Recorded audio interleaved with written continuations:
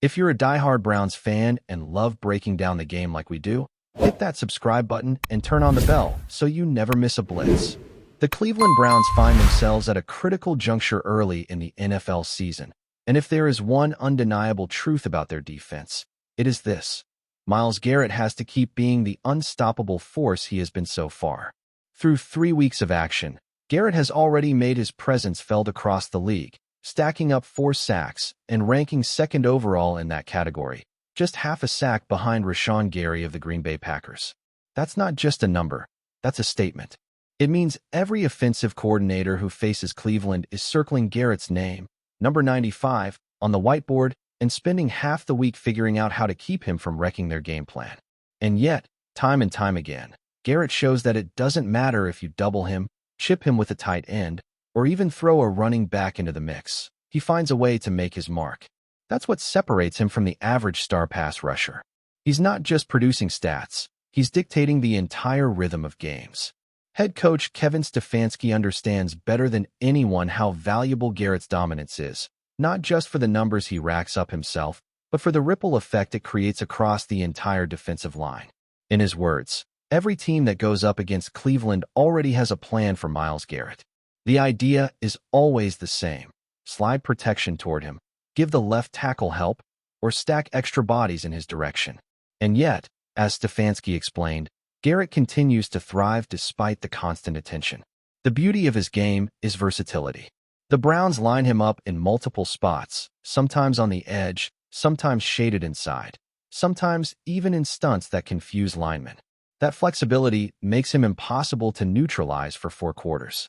More importantly, Stefanski was quick to point out that Garrett's presence does more than boost his own stat sheet. It forces offenses to overcommit, which frees up everyone else on that defensive front. That's the reason why Garrett, in his coach's eyes, deserves to be thought of as a perennial Defensive Player of the Year candidate. It's not hyperbole. It's simply recognition of how much he shapes the game. That impact was on full display in Week 3 when the Browns faced off against the Green Bay Packers in what turned out to be a gritty 13-10 victory. Jordan Love, Green Bay's young quarterback, spent much of that afternoon under siege, pressured relentlessly by a defensive line that recorded 5 sacks. Garrett accounted for half a sack in that contest, but the stat line doesn't tell the whole story. He was constantly drawing attention, forcing the Packers to adjust protections and leaving his teammates with one-on-one opportunities that they exploited. The Browns' defense, as a unit, was suffocating. It's the kind of performance that can become the backbone of a team's identity moving forward, and at the center of it all is Garrett, the engine that drives everything. He is the piece opponents fear, and because of that, the rest of the defense can thrive. Stefanski emphasized after the game that one of the biggest strengths of this defensive line is depth. Yes, Garrett is the headliner, but Cleveland has surrounded him with capable, hungry players who are ready to take advantage of the chaos he creates. When teams overload to one side to try and contain him, other linemen are left with favorable matchups. That balance is what allows the Browns to keep their rotation fresh and their pressure consistent deep into the 4th quarter. Every defensive coordinator in the league preaches the importance of depth, but few teams can actually roll out waves of linemen who can disrupt a pocket the way Cleveland has so far. And yet, without Garrett absorbing all the attention and setting the tone, that balance doesn't function the same way. He is the gravitational force that pulls everything in his direction, and his teammates benefit directly from it. There's also a psychological edge that Garrett brings to the table. When you're a quarterback staring across the line of scrimmage and you see number 95 crouched and ready to explode off the snap, it's in your head before the ball is even snapped. That pressure doesn't always result in a sack. Sometimes it's a hurried throw, an early check down, or simply the discomfort of knowing you don't have as much time as you'd like. Those hidden impacts don't show up on the stat sheet, but are just as valuable. Against the Packers, Jordan Love felt that discomfort all game long, and it played a huge role in why Cleveland managed to grind out the win.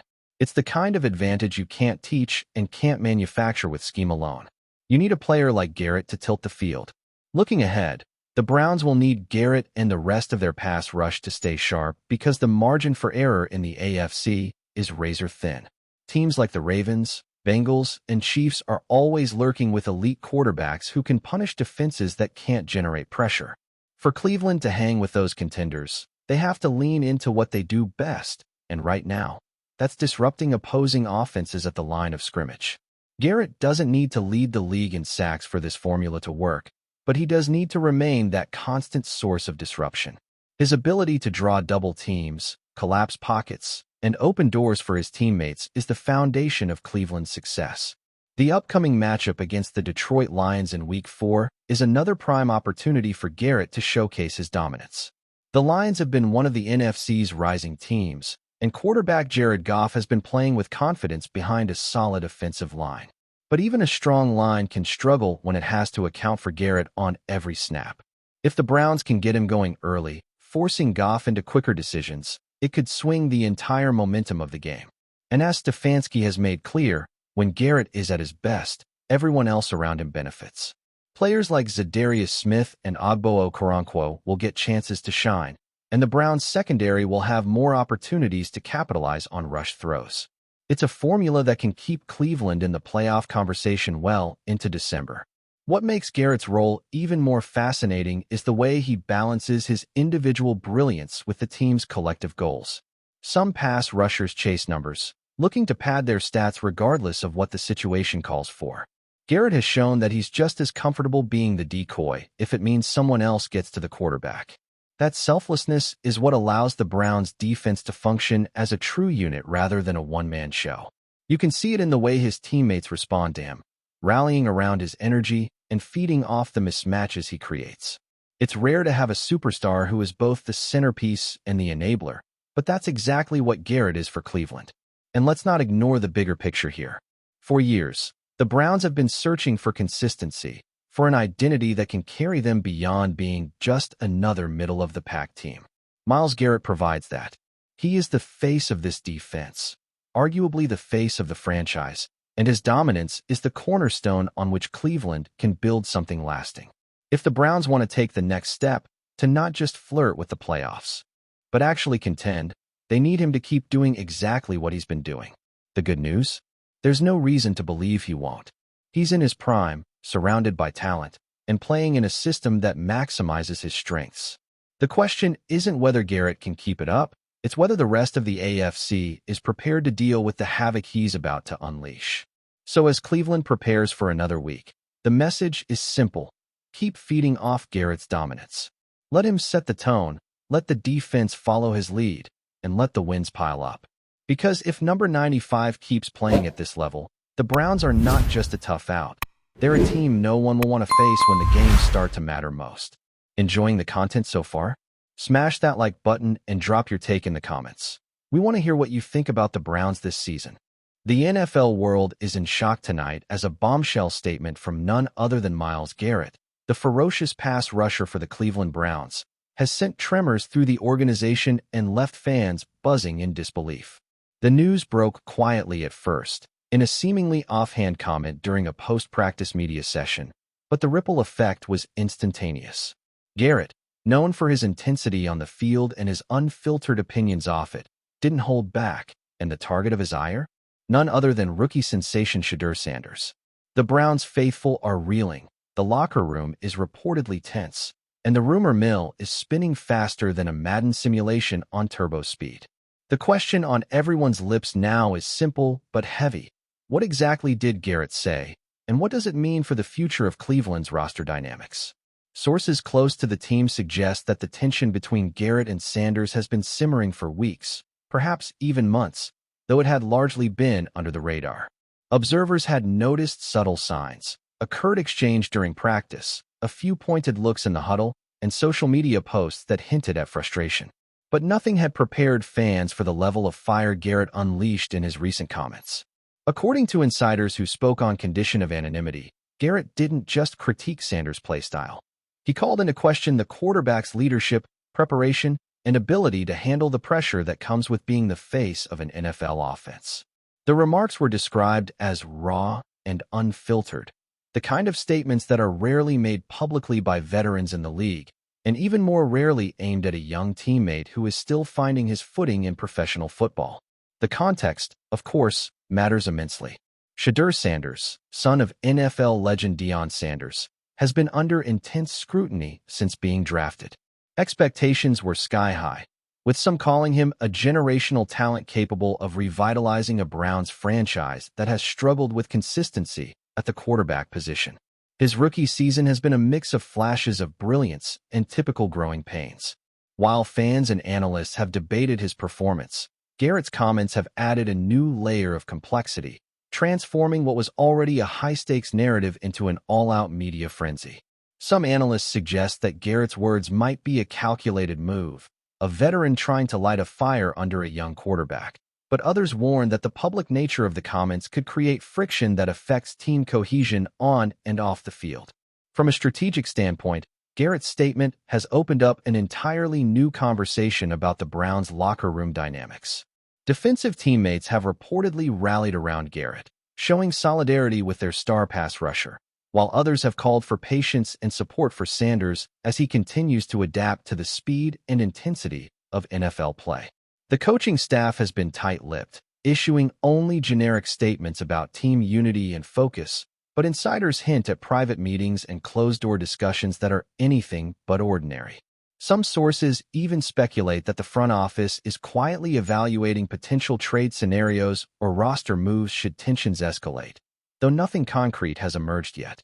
It's a situation that, in any other season, might have been confined to whispers and locker room chatter, but Garrett's forthright approach has thrust it into the national spotlight, turning every game, practice, and press conference into fodder for speculation.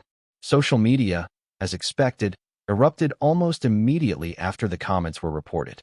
Fans, analysts, and former players weighed in with theories, memes, and hot takes, further fueling the firestorm.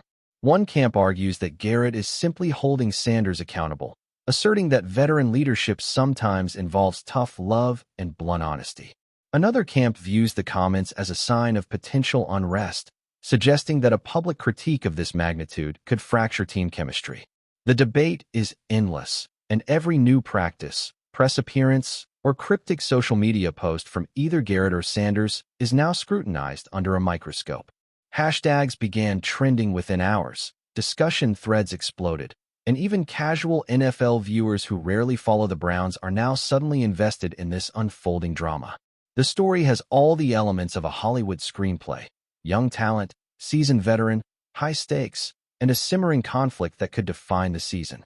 Meanwhile, pundits and commentators have begun dissecting Garrett's exact words, reading between the lines for hidden meanings, and speculating about possible repercussions. Some note the historical significance. Rarely do elite pass rushers publicly question the capabilities of a rookie quarterback within their own organization. The conversation has expanded beyond Cleveland, touching on broader NFL narratives about leadership, mentorship, and the pressures that come with professional football. Comparisons to legendary locker room conflicts and infamous team feuds have already started appearing, with some observers wondering whether this could escalate into a defining moment in Browns history. The tension isn't just a storyline. It's now part of the narrative of the season itself, potentially influencing games, fan engagement, and even front office decisions. Insiders hint that the team is now navigating a delicate balancing act. On one hand, Garrett is a cornerstone of the Browns' defense, a player whose talent and presence can shift games and energize the locker room. On the other hand, Sanders represents the franchise's future, the quarterback around whom long-term plans are being built. Managing these conflicting priorities is no small feat, and sources suggest that private meetings have been held to address communication issues, clarify expectations, and prevent the situation from spiraling further. Yet, the public nature of Garrett's statements means that internal resolutions may not be enough to quell speculation or calm an increasingly anxious fan base. Every word, glance, and interaction is now under scrutiny, with sports media and social platforms dissecting the situation in real time, magnifying even the smallest incident into headline news. The Browns' next few games will be under an intense microscope, with analysts and fans alike watching to see how Sanders responds to this challenge and whether Garrett maintains his public stance. Some believe the tension could galvanize the team, creating an us-against-the-world mentality that propels both veterans and rookies to new heights.